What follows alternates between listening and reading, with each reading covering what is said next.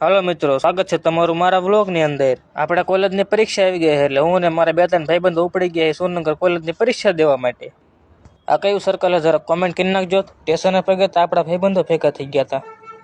રેલગાડીમાં આવવા મજા વાર હતી એટલે થોડાક આપણે ફોટા પાડી લીધા હતા। તો ઘડીકમાં રેલગાડી હોતો ને આવી ગઈ, પછી બેસી ગયા આપણે રેલગાડીમાં।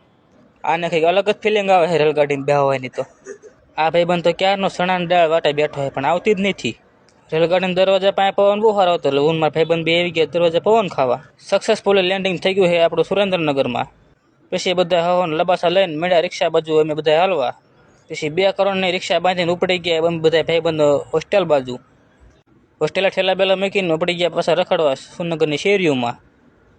પાછા બધા થાક્યા એટલે આવી ગયા હોસ્ટેલના ધાબા માથે અને અહીંથી કંઈક વ્યૂ આવો આવતો હતો। પાછા બધા આવી ગયા રૂમની અંદર। આને કંઈક અલગ જ ખુશી હતી કંઈક। જ્યાં અમે બહાર નીકળ્યા તો લોકડા જેવો રોડ સળા હાલવા માંડ્યું। બોલો, થાકીને આવી ગયા હોસ્ટેલે। તો મળીએ કાલ।